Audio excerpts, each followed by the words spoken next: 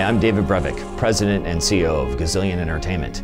In the past, I've worked on games such as Diablo and Diablo 2, but today I'm excited to show you a sneak peek at the early gameplay experience in Marvel Heroes, our massive multiplayer online action RPG. It has been designed from the ground up to be a free-to-play game. We believe it is one of the highest quality free-to-play games out there. There are no barriers to entry, there's no paying for power, you can play through the entire experience all for free. Our story begins on the Raft, a special floating prison where S.H.I.E.L.D. keeps the most dangerous supervillains. Hydra is orchestrating a jailbreak and our job is to stop them. Keep in mind that this is still very early gameplay captured from our closed beta, so expect some of what you're about to see to change in the future. We're going to play as Storm today. Storm is a member of the X-Men with the ability to control the weather. Because the Raft is the first thing players will see when they play Marvel Heroes, we've designed it to introduce the basic mechanics of the game. If you played action RPGs in the past, or even if you're new to the genre, the controls are very easy to pick up. Left click makes your character move and attack. Right click activates the secondary power. As your character gains experience and levels up, you will gain access to new powers and new abilities that will let you customize your hero according to your playstyle. Marvel Heroes combines action RPG gameplay with the multiplayer features of an MMO, which is something that really hasn't been done before. As you can see, a piece of loot is dropped, and in this case, it's a new cape for Storm. You can equip it either by right-clicking on it in your inventory or clicking and dragging it into the appropriate slot. In our game, drops are on a per-character basis, so any of the loot that is on the screen can only be seen and picked up by you. You don't have to race to pick it up before someone else steals it because different loot drops for each individual player. Although the Raft is a single-player introduction to the game, you'll spend most of your time in Marvel Heroes exploring large public combat zones and fighting alongside dozens of other heroes. She's making her way through the Raft here, and it looks like she's showing us an example of a throwable object. If you hit an enemy with a chair like this, it'll stun them and leave them vulnerable to attack. Storm can easily pick up a chair or a trash can with her powers, but you can expect stronger characters like the Hulk to be able to chuck dumpsters or cars at enemies to deal massive damage. Part of making your character feel like a superhero is making you feel powerful, so every zone has a ton of destructible objects. So if you look on the right side of the screen here, you'll see that we have a number of mission objectives. In order to help these S.H.I.E.L.D. agents get the Raft back under control, we've got to reactivate the security system, restore the main power grid, and lock down all the cells to stop the prisoners from escaping. Now we're going to take a ride on the funicular down to Cell Block Alpha, where the most dangerous villains are locked up. In Marvel Heroes, enemies aren't going to be standing around waiting to get beaten up. They're going to come at you with grappling hooks, jetpacks, and you can see they'll even climb up a moving elevator to get you. Oh, nice! A whole bunch of experience orbs have popped out. Every time you take down an enemy, your character gains experience, but sometimes you'll get the chance to pick up some bonus experience by grabbing these orbs. Experience orbs can only be picked up by you, but you'll see them start to shrink and disappear if you don't pick them up quickly. These orbs come in a variety of flavors. Red restores your health, blue restores your spirit. The quicker you grab them, the bigger the bonus. Here she just found a waypoint. Waypoints are activated when your hero runs over top of them, and that allows you to teleport at any time back to another waypoint you've discovered, and that's also where your character will appear if you're defeated. We're getting pretty close to the security console, and it looks like Hydra's got it locked down.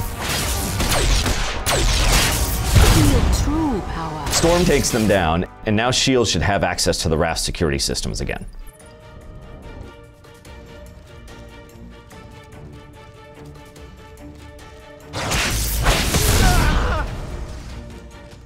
Look out for Hydra power brawlers. Ouch! If you get too close, they'll pound the ground. They'll leave you stunned for a few seconds.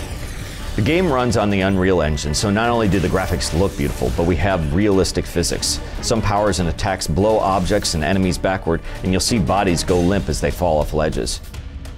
This is an example of a discovery mission. You can basically think about it as a quest that appears on a single screen.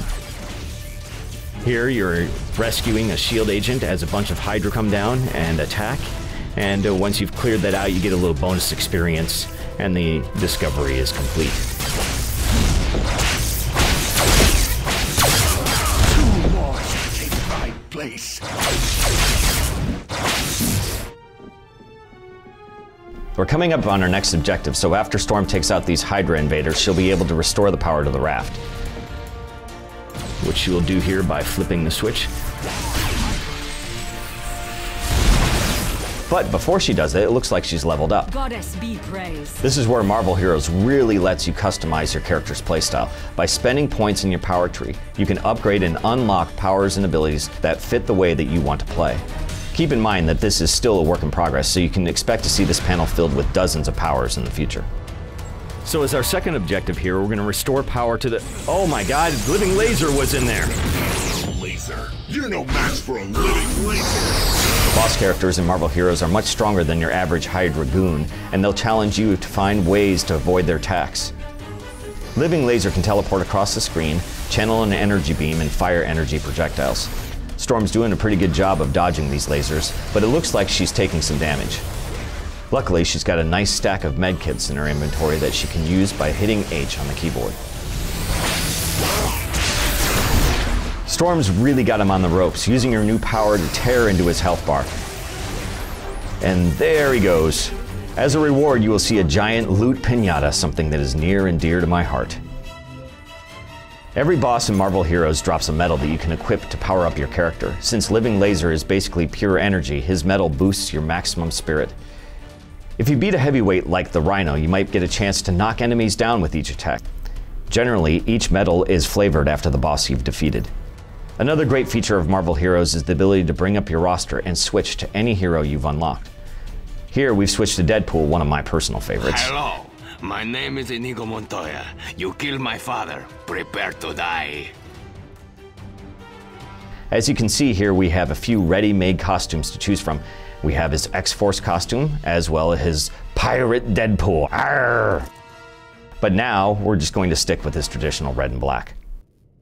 There are a variety of costumes for every character, hundreds of costumes in the game, so you're not going to see two Deadpools who look and play exactly the same.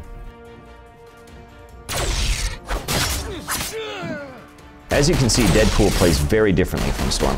Every character in Marvel Heroes plays differently. Some are brawlers like Thing and Wolverine, others are better at range, some fly.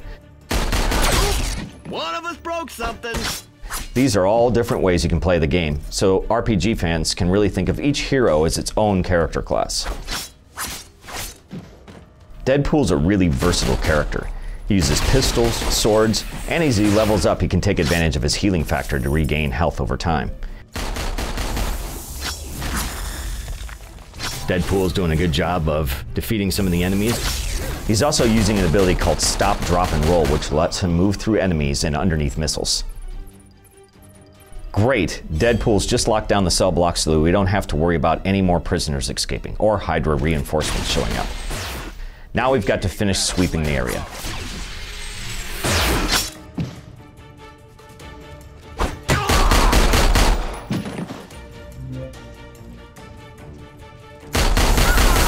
It looks like Deadpool was just about to get smashed by that power brawler, but his stop, drop, and roll ability briefly stuns the enemy, so it's great to use when you see the bad guys winding up for a powerful attack. Uh-oh, that's not good. Eddie Brock managed to get out of his cell before we could initiate the lockdown, and it looks like he's being infested by the Venom symbiote. We'll probably have to fight him later in the game. One of the great things about this game is that we've got access to thousands of characters from the movies and comics. You're going to be picking up missions from NPCs like Professor X, Agent Coulson, and here it looks like Maria Hill needs our help. Green Goblin is still on the loose, and he's standing between these SHIELD agents and the exit.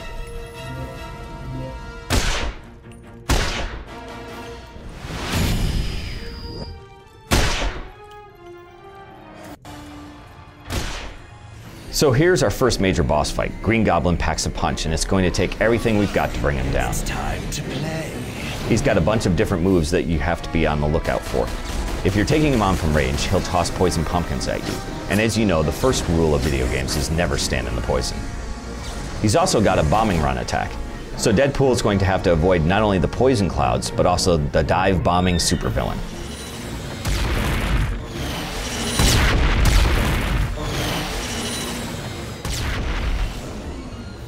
Get too close and he'll knock you back with an energy shock.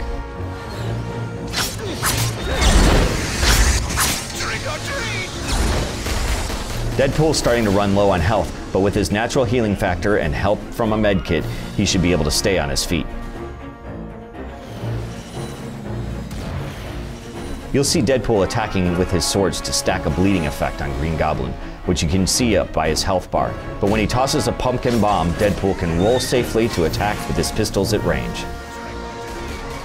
Deadpool's got him on the ropes, nicely done, and that does it for Green Goblin, and the raft is now secure. We hope you've enjoyed this early glimpse at Marvel Heroes. For more information and to sign up for the beta, please go to marvelheroes.com. I hope to see all of you in the game when we launch in 2013. Thanks so much for watching.